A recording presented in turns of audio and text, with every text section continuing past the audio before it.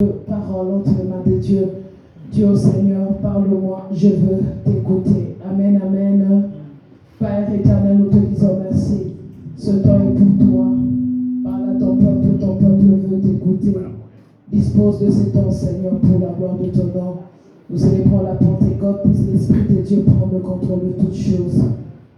Merci pour ce temps, Seigneur. Nous te le consacrons et te dédions au nom puissant de Jésus. Amen. Amen. J'invite le pasteur Jean-Luc à s'approcher. On acclame sous vos acclamations. Nous l'invitons de Dieu. Bienvenue dans la maison de Dieu pour la paix.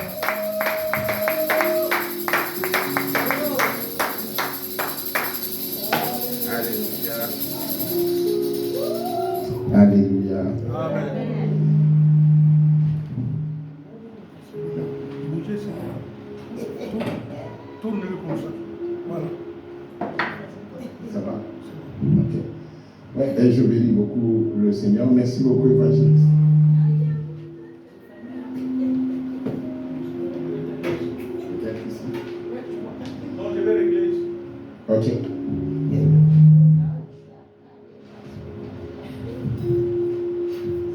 Alors, je remercie. Le micro ne veut pas que je puisse remercier.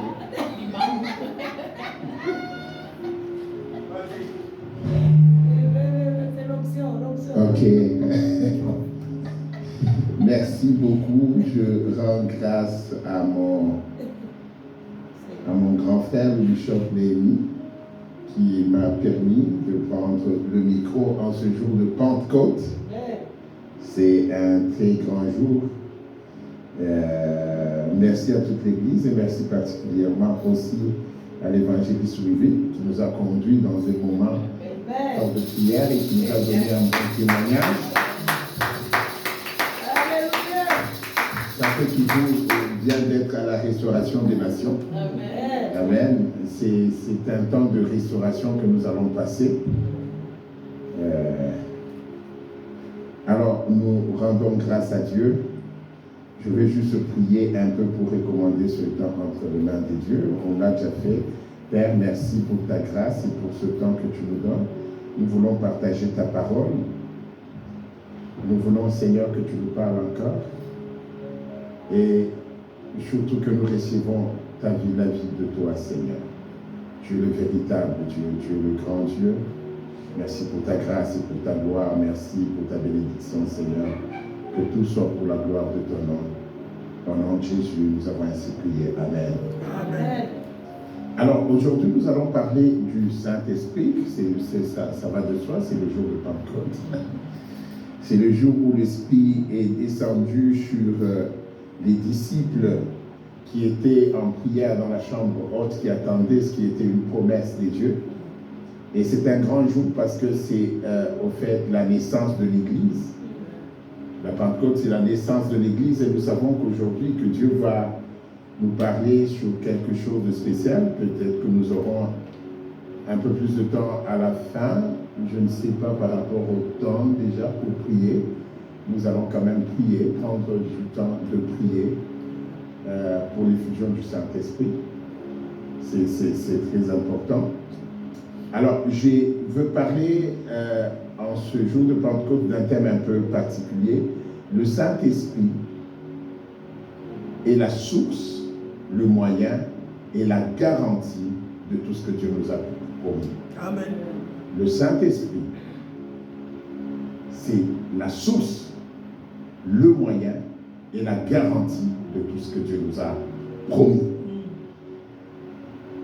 Alors, le texte de base, je le prends dans Zacharie. De plus en plus, j'aime beaucoup plus prêcher sur le Nouveau Testament, mais il m'arrive de rentrer dans l'Ancien Testament, je sais pas. Alors qu'avant, j'étais plus dans l'Ancien Testament, mais maintenant, je prends un verset quand même de l'Ancien Testament. C'est Zacharie 4, le verset 6. Alors, il reprit et me dit, c'est ici la parole de l'Éternel, que l'Éternel adresse à Zorobabel. Ce n'est ni par la puissance, ni par la force, mais c'est par mon esprit, dit l'Éternel des armées. Amen. Amen. Je veux vous mettre un peu en contexte avant que nous puissions aller en profondeur de notre message. C'est que Qu'est-ce qui se passe pendant ce temps? Le peuple d'Israël revient de l'exil, là où ils étaient partis, les murailles, le temple est détruit. Et Dieu dit à Zorobabel de reconstruire le temple. Mais il y a un problème sérieux pour la reconstruction du temple. Parce que le peuple est pauvre. Le peuple n'a pas de ressources. Le peuple vient de l'exil. Il est faible, pauvre et découragé. C'est alors que Dieu donne ce message. Il dit, Zorobabel, ce n'est pas par la force, ni par la puissance, mais c'est par mon esprit que le temple sera rebâti. Amen. Ce message, je l'adresse à quelqu'un ici dans la salle. Je l'adresse à toute l'église de savoir que la plupart du temps, quand Dieu nous parle, nous donne un message, je veux bénir l'église, je veux bénir ta famille. Souvent, nous nous demandons à quoi? C'est comme si Dieu nous responsabilise. Mais je vais te dire ce soir que si Dieu te donne un message, c'est que Dieu veut juste t'informer ce qu'il va faire au travers de toi.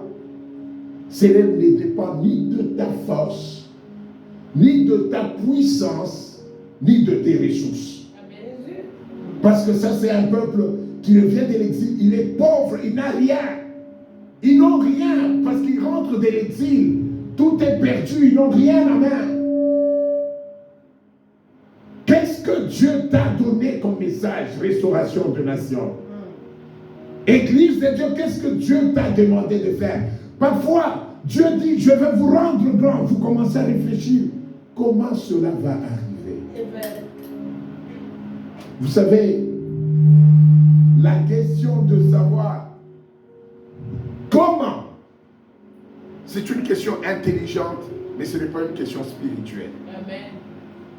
Parce que souvent, il y a quelque chose que nous ignorons. En nous, la puissance, la force la plus élevée se trouve dans notre esprit.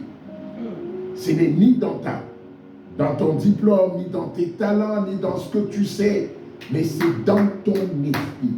Notre esprit, c'est la partie où se trouve la force qui dépasse toute force. Amen. Et quand Dieu nous parle, de la même façon dans le Seigneur, nous devons savoir que le Saint-Esprit, c'est là que se trouve la toute-puissance de Dieu. La toute-puissance de Dieu. La puissance pour tout accomplir se trouve dans l'Esprit de Dieu.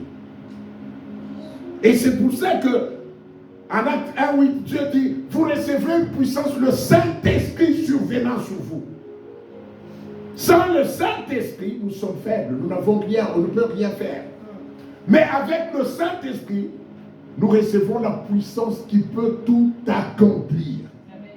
La Pentecôte, c'est la saison du tout est possible. Amen. Parce que par la Pentecôte, tu reçois la puissance capable de tout faire. Je ne sais pas par quelle situation tu passes. Je ne connais pas les moments de ta vie. Mais ce que je veux dire, quand nous recevons le Saint-Esprit, je l'ai dit la fois passée, ce n'est pas seulement pour parler en langue ou pour avoir les visions, mais c'est pour être capable de vivre la vie de Dieu. Une vie sans limite, une vie sans résistance, une vie où tu ne connais plus de résistance selon ce à quoi Dieu t'a appelé. Amen. Une vie où les ossements desséchés reprennent vie et deviennent une armée puissante. C'est par l'Esprit. Tout devient quand Dieu amène Ézéchiel dans la vallée des ossements. Il dit, est-ce que ceci peut revivre? Quand tu regardes ta situation, quand tu regardes la vie de l'église, parfois tu te demandes, est-ce que ma situation peut revivre? Bien-aimé, la vie avec Dieu, c'est une vie surnaturelle. C'est-à-dire, c'est que nous ne pouvons pas faire par nous-mêmes. C'est que tous les hommes réunis ne peuvent pas faire. C'est cette vie à laquelle Dieu nous appelle. Et c'est pour ça que j'ai pensé aujourd'hui vous parler du Saint-Esprit comme la source de tout ce que nous voulons faire. Tout commence par l'Esprit. Si l'Esprit a parlé, c'est fini. Ça ne commence pas par ton intelligence. Ça commence par l'Esprit. C'est pour ça que Dieu a dit aux disciples, attendez. Ne partez pas sans l'Esprit. Il faut que l'Esprit soit à la base, au début, à la racine, au commencement. Comme la Bible nous dit en Genèse 1, le verset en Genèse 1, la Bible dit, Genèse 1, verset 2, il dit l'Esprit se mouvait. Ça, esprits.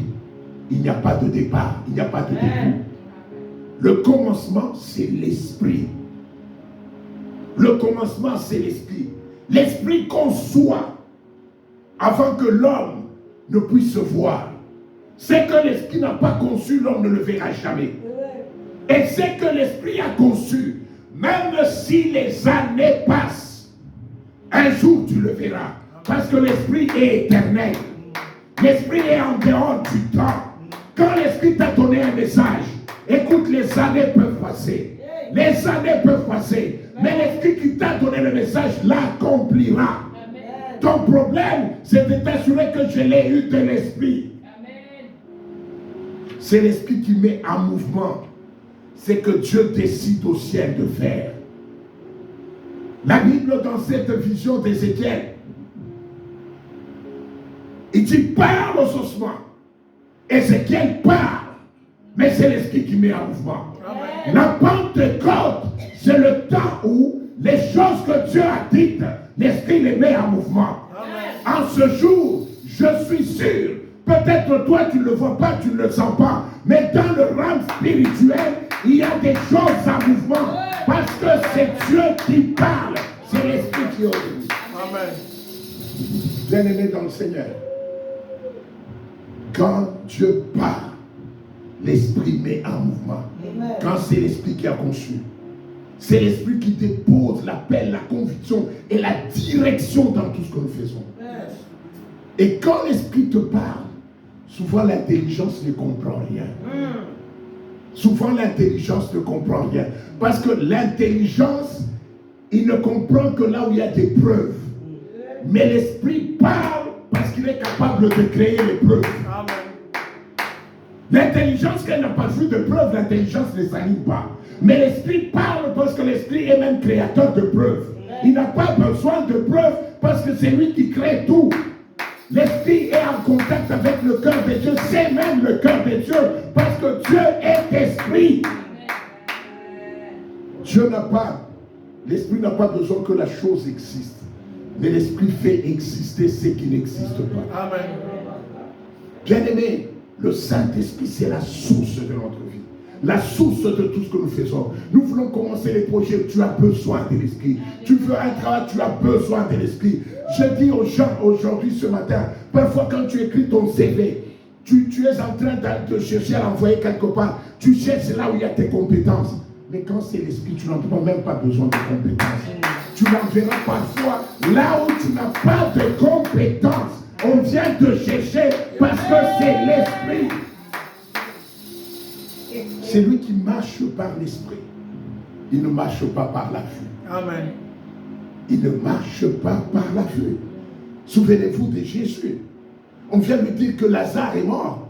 Il dit non, Lazare dort. Parce que lui ne marche pas par la vue. Amen. Il marche par l'Esprit. Il sait que Raval, il va se réveiller. Il dort alors qu'on appelle la mort. Lui dit il dort. Bien-aimé, l'Esprit doit être la source de tout ce que nous faisons. Amen. La Pentecôte, c'est ramener l'Esprit à sa place. Il est la source de mes projets. Il est la source de tout ce que je fais. L'Esprit est la source. Je commence parce que l'Esprit me l'a dit. Amen. Je le fais parce que l'Esprit me l'a dit. J'en sens la conviction. Les gens peuvent ne pas me comprendre. Cela m'importe peu. Parce que ceux qui ne comprennent pas, ils sont dans le temps. Mais moi, je suis connecté à l'Esprit qui est en dehors du temps.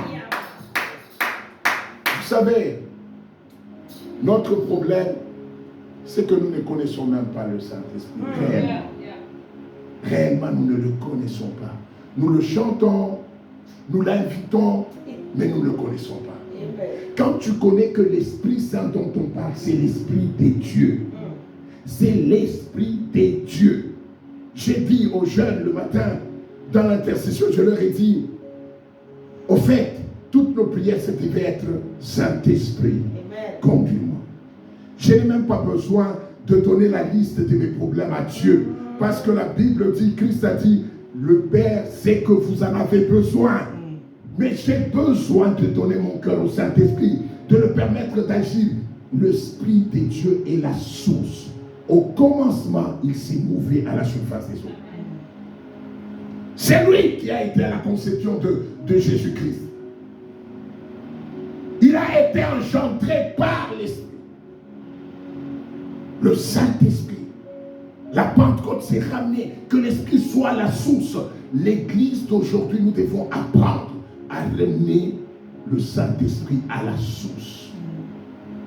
Tu ne peux pas vivre un miracle si tu ne vois pas par l'Esprit. Amen. Les gens parlent de miracles, mais n'en voyons pas parce que nous n'agissons pas par l'Esprit. Nous cherchons à voir le moyen. Alléluia. Au lieu de voir l'Esprit. On commence rien pour Dieu sans avoir reçu quelque chose de Dieu. Tu ne peux rien commencer sur Dieu si tu n'as reçu quelque chose de Dieu. Parce que ce n'est jamais l'homme qui commence, c'est toujours Dieu qui commence par son esprit. Amen. Et le Saint-Esprit doit être la source de notre vie. C'est là, quand on commence la journée, on commence avec le Saint-Esprit. Bien-aimés, nous allons prier qu'il rentre dans nos vies, qu'il prenne possession de nos vies, qu'il soit l'alpha dans nos vies, qu'il soit le commencement, qu'il soit le début, le Saint-Esprit. Les gens qui ont commencé avec l'Esprit, ils n'ont jamais échoué. Amen. Parce qu'ils sont déjà dans la victoire. Amen. Commencer avec l'Esprit, c'est commencer déjà dans la victoire. Et le deuxième point que je vous ai parlé, le Saint-Esprit, c'est le moyen.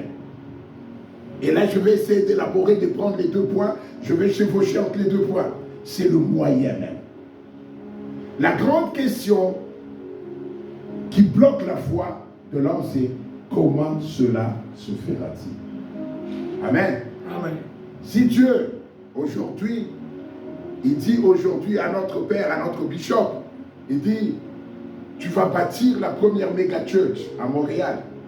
La première question, l'intelligence va demander comment ça va se faire.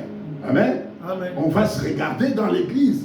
Mais qui va donner l'argent? Ou qui va inviter les 20 000 personnes qui vont s'asseoir dans cette... Comment cela se passera-t-il? Et souvent, pour cette question, même les gens qui servent le diable, il n'y a personne qui connaît pourquoi. Amen. Comment?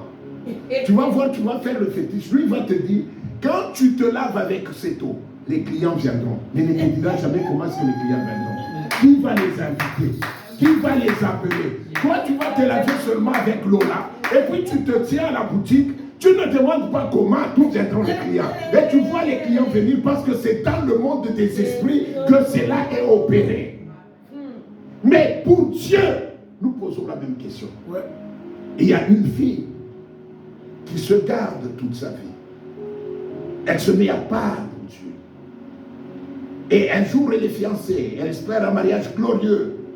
Et d'un coup, un ange lui apparaît et dit, écoute, tu auras un enfant. La fille lui pose la question la plus intelligente, la plus logique, parce que n'est pas poser cette question, il aurait des questions de ses parents. Et parce que je ne connais pas d'homme, comment cela se fera-t-il? Et Dieu lui donne la réponse. Amen. Dieu lui parle du moyen. Amen. Il dit, le Saint-Esprit te couvrira de son nom. Ce que je veux dire ce soir, le Saint-Esprit, c'est le moyen pour que l'impossible devienne possible. Amen. Pour que l'incréé soit créé. Amen. Pour que la faiblesse devienne puissance. C'est le Saint-Esprit de Dieu. Alléluia. Dieu n'a pas d'autre moyen. Dieu n'a pas de compte avec l'argent. Dieu n'a pas l'or dans le ciel. Dieu a l'Esprit de Dieu. Amen. Et avec l'Esprit de Dieu, toutes choses peuvent être faites. Amen. Avec l'Esprit de Dieu, la Vierge peut enfanter. Amen. Avec l'Esprit de Dieu, l'impotent peut marcher. Amen. Avec l'Esprit de Dieu, l'aveugle peut voir. Amen. La Pentecôte, c'est le temps où le surnaturel revêt la peau, Amen. prend le corps. Le Saint-Esprit, c'est pour que le rêve devienne la réalité. Amen. Et la Pentecôte, notre Pentecôte aujourd'hui, ça doit être un temps où on dit je suis fatigué de rêver. Et maintenant par la Pentecôte, mes rêves deviendront réalité. Amen. Le moyen, le Saint-Esprit. Le Saint-Esprit, c'est le moyen. C'est pour ça que tu dois aimer l'intimité avec le Saint-Esprit. Alléluia. Dans cette intimité, c'est là qu'on engendre la gloire. Alléluia. C'est dans cette intimité avec le Saint-Esprit. Ce n'est pas en passant des nuits en réfléchissant. Ça, c'est la façon des gens du monde. Ce n'est pas en cherchant des contacts, mais c'est en s'éloignant. Marie s'éloigne des hommes. Mais dans la présence du Saint-Esprit, elle peut engendrer. Amen. Tu t'éloignes des hommes, tu t'éloignes des contacts, tu t'éloignes de tout ce qui est de la terre et tu cherches la couverture du Saint-Esprit. Dans cette couverture, les choses deviennent possibles. Dans cette couverture, l'enfant est déposé dans le ventre. Dans cette couverture, la gloire devient possible. Amen. Le Saint-Esprit, c'est le moyen. David doit devenir roi. Mais le problème avec David, c'est qu'il n'est pas de la famille de Saül. Il n'a aucun lien avec la royauté. Mais Dieu veut qu'il devienne roi. Amen. Mais comment le fera-t-il? C'est normalement Nathan qui doit devenir roi. Jonathan. Mais David n'est pas de la famille royale. Chaque fois que Dieu entame un processus de miracle, le moyen, c'est le Saint-Esprit. Amen. Il dit, il faut oindre David. Parce que l'onction, vous allez vous rendre compte, c'est la seule personne qui est roi avant de devenir roi. Parce que son onction devait l'aider. Lui qui n'était pas de la famille royale, à le conduire jusqu'à la royauté, lui donner les capacités de devenir roi. C'est pour ça que David, il est roi pour la première fois, sans régner. Mais cette onction va l'amener, c'est le moyen qui le conduit à la royauté. Parce qu'il n'est pas de la famille royale. Il n'en a pas l'appel. Il n'a rien. Mais quel est le moyen, le Saint-Esprit? Je prie que ce soir, que le Saint-Esprit amène quelqu'un à la royauté. Amen, t'amène à ce que tu ne mérites pas. À ce qui n'était pas prévu dans ta lignée. À ce qui n'était pas prévu dans ta famille. Que tu sois roi aujourd'hui, le jour de Pentecôte. Et que l'Esprit te prenne là. Le rôle de l'onction, ce n'est pas seulement de nous amener à parler en langue, de prier pour les gens, mais l'onction nous amène dans la royauté. L'onction nous amène dans ce que nous ne pouvons pas faire seuls. David est roi. Et là, l'onction prend le dessus sur David. L'onction le conduit. Même dans le combat avec Saül, c'est l'onction qui le protège. L'onction le protège. L'onction joue. L'onction gère ses erreurs. L'onction gère ses incapacités. L'onction gère tout ce qui fait. L'onction le mène. C'est l'Esprit qui le mène. C'est le moyen, bien-aimé. Quand nous demandons au Saint-Esprit de nous remplir, ce n'est pas seulement pour voir à l'Esprit, mais c'est pour vivre la vie de la royauté jusqu'à arriver à expérimenter ce pourquoi Dieu nous a créés. Amen. Comment cela arrivera-t-il? L'onction, c'est le moyen. Le moyen. Dieu n'a qu'un seul moyen. Efficace, c'est l'onction. C'est l'Esprit. Pour créer le monde, il avait le monde en lui. Mais il fallait que l'Esprit soit là. Bien-aimés dans le Seigneur, nous devons comprendre le rôle et l'importance de l'Esprit dans la vie. Amen. Ce n'est pas un problème de compétence. Ce n'est pas un problème. Parfois, ça m'effraie beaucoup. Je veux vous dire vrai, je veux vous dire, il y a quelque chose qui me choque. Parfois, à l'église, nous enseignons des choses comme à l'université. À l'église, c'est un endroit de l'esprit. Ce n'est pas un problème de capacité ici. Ici, ce n'est pas un problème de compétence. Ici, c'est un problème de l'esprit, rien que l'esprit. L'esprit va donner l'intelligence. On va te prendre sans la qualification. Parce que si on te prend toi avec la qualification, qu'est-ce qui dit que c'est Dieu? Ton chef a été pris avec la qualification. Amen. Tout le monde avec la qualification. Bien aimé, ce qui fait de Dieu Dieu, c'est quand on prend quelqu'un comme Daniel. Il n'a jamais été conseiller nulle part. Alléluia. Il devient conseiller de la plus grande nation mésopotamienne. David est conseiller du roi. Est-ce que vous comprenez ce que ça prend pour être conseiller du roi? Ce n'est pas aujourd'hui on te nomme, parce que je connais tel, je connais maman Wivine, il me connecte avec tel, on me nomme. Non, là pour être conseiller du roi, il fallait être d'une certaine race. Il fallait qu'on connaisse ta famille. Il fallait qu'on connaisse, c'est un problème de vertu, de valeur, d'intelligence. Mais ce petit, c'est un petit épreuve qu'on vient de ramasser. Bien-aimé, on ne comprend pas l'onction. C'est pour ça que même les gens du monde là ne nous respectent pas. Eux, ils viennent dans des réunions avec une bague. Il embrasse sa bague, il est nommé. Mais toi, avec ton esprit, amorce l'esprit, qu'on sache qui est Dieu. Alléluia. Le Saint-Esprit, le moyen pour être connecté au grand business, c'est le Saint-Esprit. Prie. Quand il descend, il t'ouvrira la connexion que tu n'as jamais eue. Amen. Au lieu de passer le temps à savoir qui connaît qui, non, tu connais le Saint-Esprit. Et le Saint-Esprit connaît tout le monde. Amen. Connecte-toi au Saint-Esprit. C'est le moyen de la grandeur. C'est le moyen de la puissance. C'est le moyen d'y arriver. Quand le Saint-Esprit vient, rien ne peut plus nous résister. Amen. Rien ne peut plus nous résister. C'est l'Esprit de Dieu. C'est l'Esprit. Nous sommes des êtres spirituels. On ne dépend pas de ce qui se passe à l'extérieur. Non.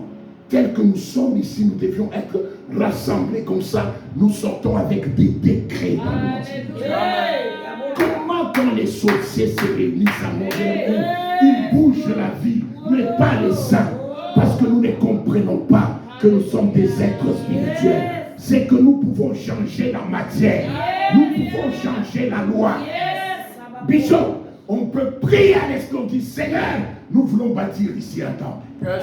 Et Dieu fait de façon que quelque chose, une loi est votée, cet immeuble est rasé, c'est vendu, il n'y a personne qui l'achète, et toi tu viens l'acheter, et le temple est béni ici. Parce qu'à la base, nous avions parlé. Non, bien-aimés, nous ne savons pas ce que nous avons. Nous ne savons pas ce que nous avons.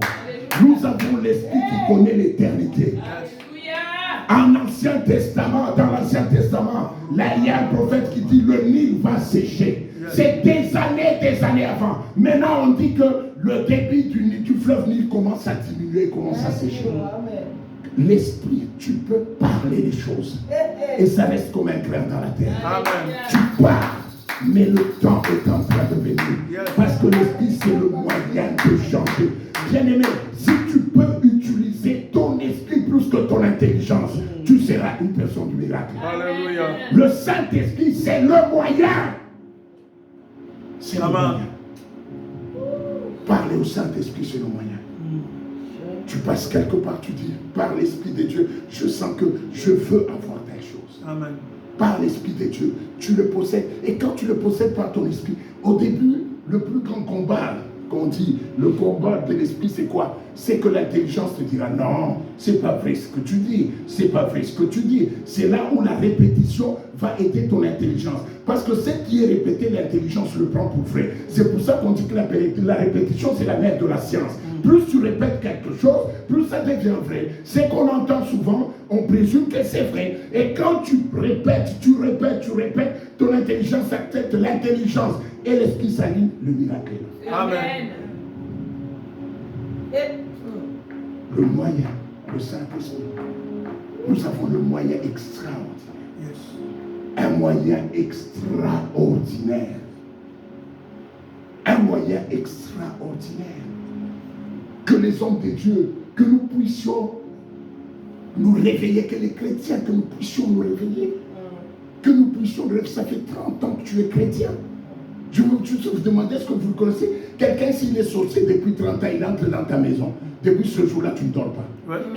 Mais toi, tu es chrétien depuis 30 ans. Normalement, quand tu entres dans la maison de quelqu'un, même s'il avait la maladie, même si tu ne pries pas, la guérison doit entrer. Amen. Est-ce que vous comprenez? Yes. À cause de quoi? De l'esprit que tu as. À cause du moyen que tu amènes. Tu es entré, on n'a pas besoin de te parler. Mais l'énergie que tu dégages, parce que tu n'es pas seul. Quand tu entres avec l'esprit qui a tout créé.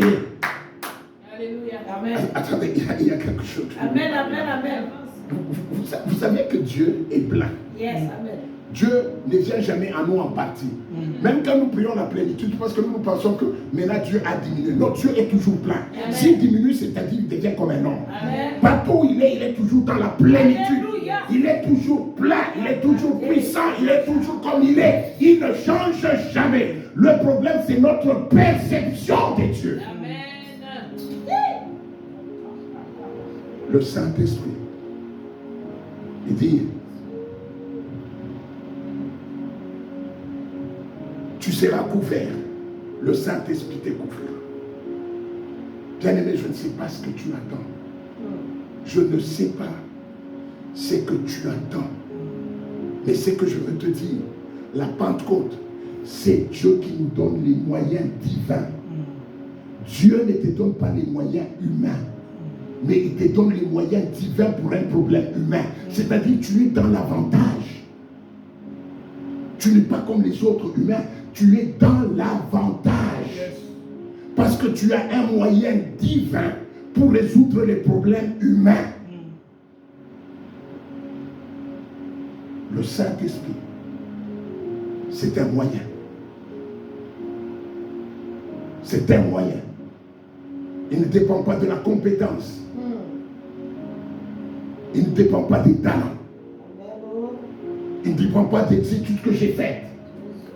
Enlevez ces choses-là. Parce que souvent maintenant à l'église, c'est devenu des centres de morale.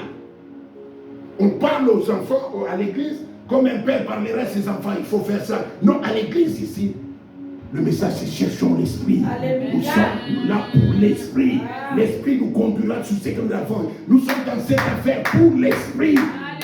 Pour l'esprit, pas pour les formations, non. Je ne suis pas contre les études. On peut le faire. Ça, c'est un conseil que tout le monde peut donner. Nous sommes ici pour ce que la terre ne peut pas donner. Ce que la terre ne peut pas donner. Ce que le monde ne peut pas recevoir. Ce ne sont pas les maisons, ce ne sont pas les voitures, mais c'est l'esprit créateur, l'esprit de Dieu. C'est ça le moyen. C'est pour ça que nous sommes dans les églises. Ce n'est pas pour chercher le monde, mais c'est pour le moyen de Dieu. Et quand nous nous réunissons, nous devons laisser tomber tout ce que nous avons comme je ne sais pas, comme concept,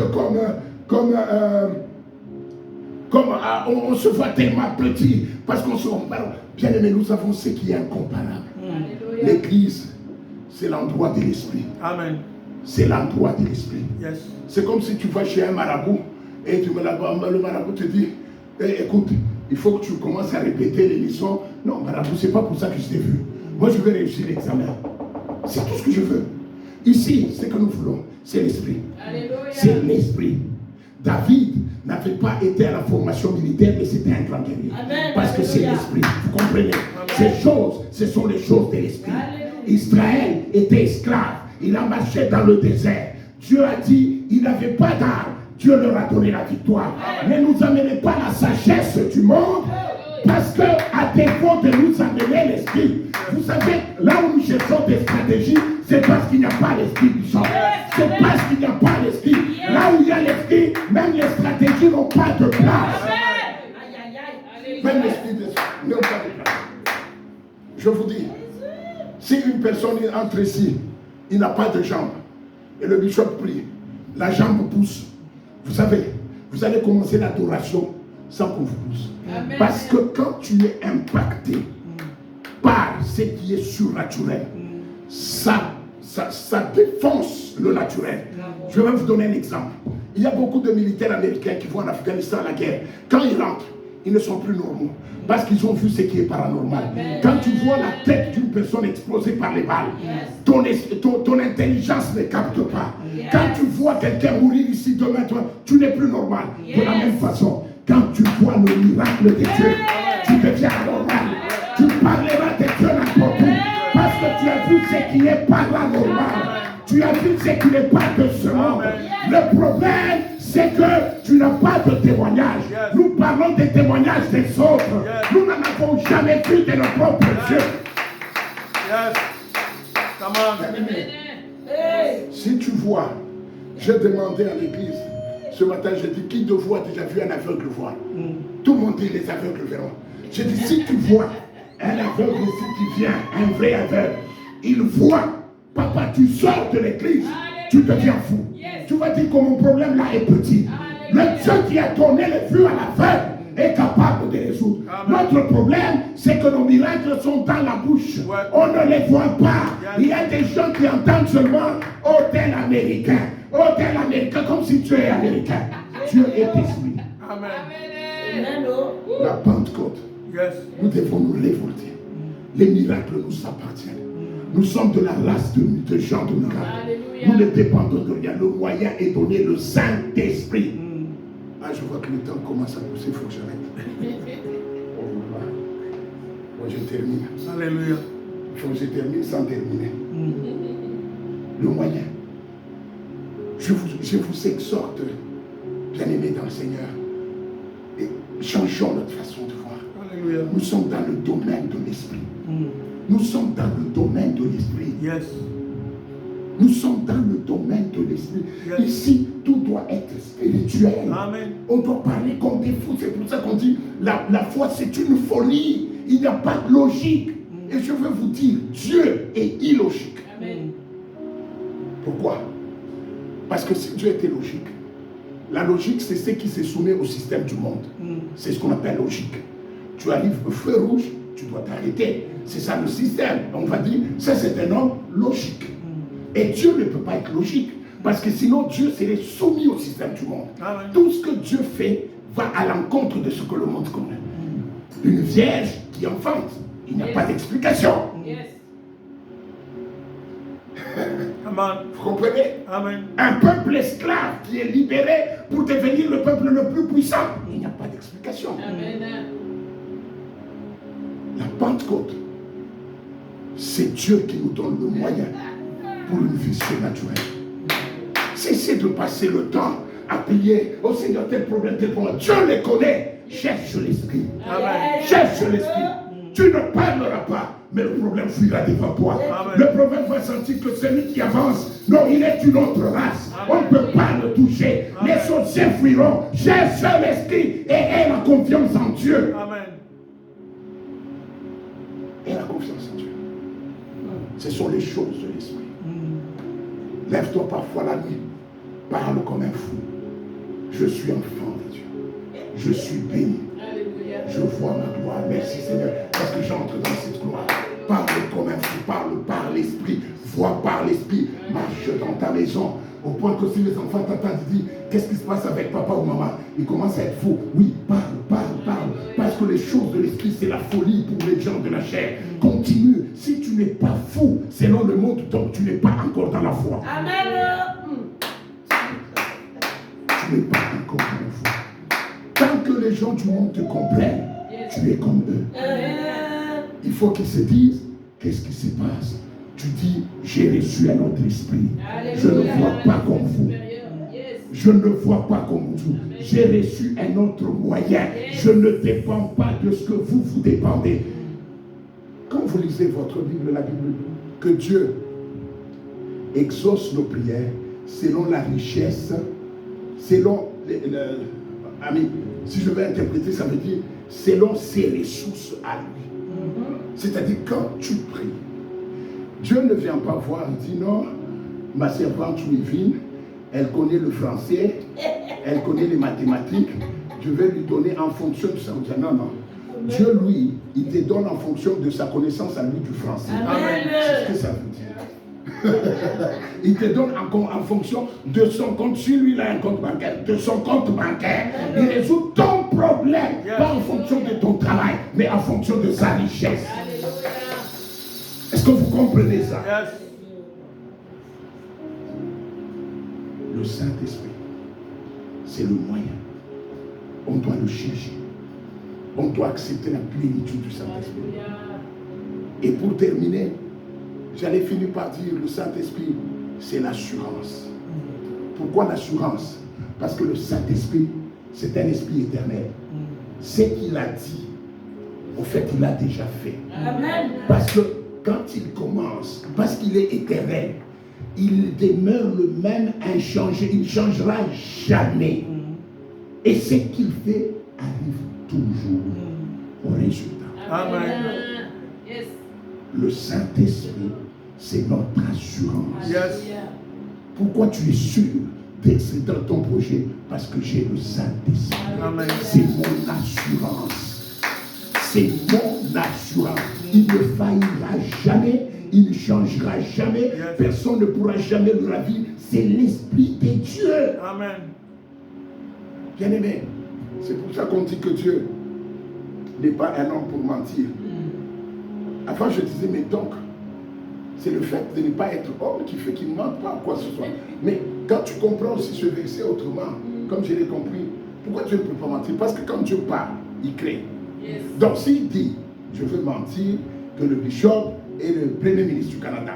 Déjà quand il dit, bishop est premier ministre du Canada, il devient premier ministre. Donc ça devient impossible qu'il mente. Amen. Parce que tout ce qui sort de sa bouche prend forme. Yes. Amen. Même quand il se trompe, s'il devait se tromper, sa tromperie là devient une réalité. Amen. Donc il est incapable, parce qu'il est la vérité même. Quand il parle, le monde s'arrange pour que cette vérité s'accomplisse. Yes. Bien aimé, le Saint-Esprit, c'est notre garantie. Ta garantie, ce n'est pas ta prière. Ta garantie, ce ne sont pas tes compétences. Ta garantie, c'est le Saint-Esprit. Yes. Bien aimé, la Pentecôte, c'est Dieu qui nous ramène à la source qui est le Saint-Esprit, qui nous donne le moyen qui est le Saint-Esprit et qui est la garantie que tout ce qu'il t'a promis, ça arrivera. Amen. Tout arrivera. Alléluia. Le problème ne te pose pas la question comment. Vous savez pourquoi nous posons la question comment?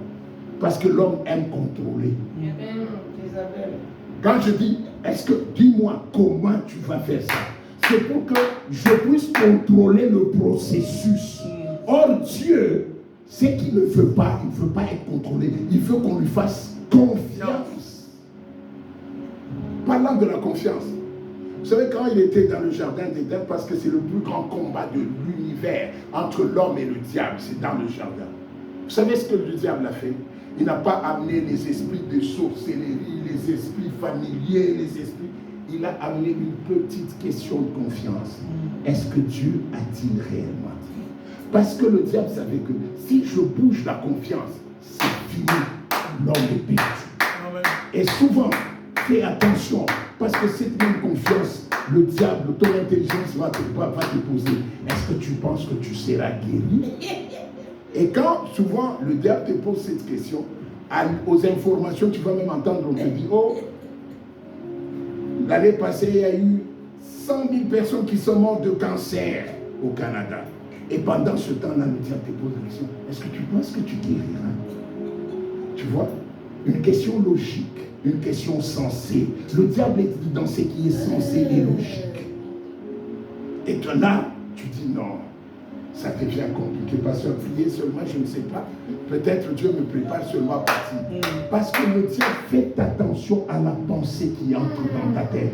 Le diable n'est pas toujours celui qu'on nous montre avec les corps. Le diable vient par la pensée sinueuse qui s'infiltre dans ton intelligence, dans ton analyse. C'est là le diable.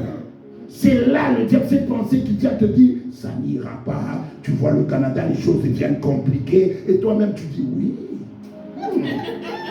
C'est là le diable. Après avoir chassé les démons ici à l'église, dans notre prière ici, après avoir chassé au nom de Jésus, lui il n'est pas là. Lui il vient dans la pensée. Après quand tu l'as chassé, il dit tu ne me connais pas. Il vient avec ta pensée. Est-ce que tu penses que ce problème d'argent, tu sauras le résoudre? Tu ne vois pas que l'économie devient compliquée. Et toi, tu lui réponds, tu dis non, ça devient compliqué. Même le pasteur qui m'a promis n'a pas donné.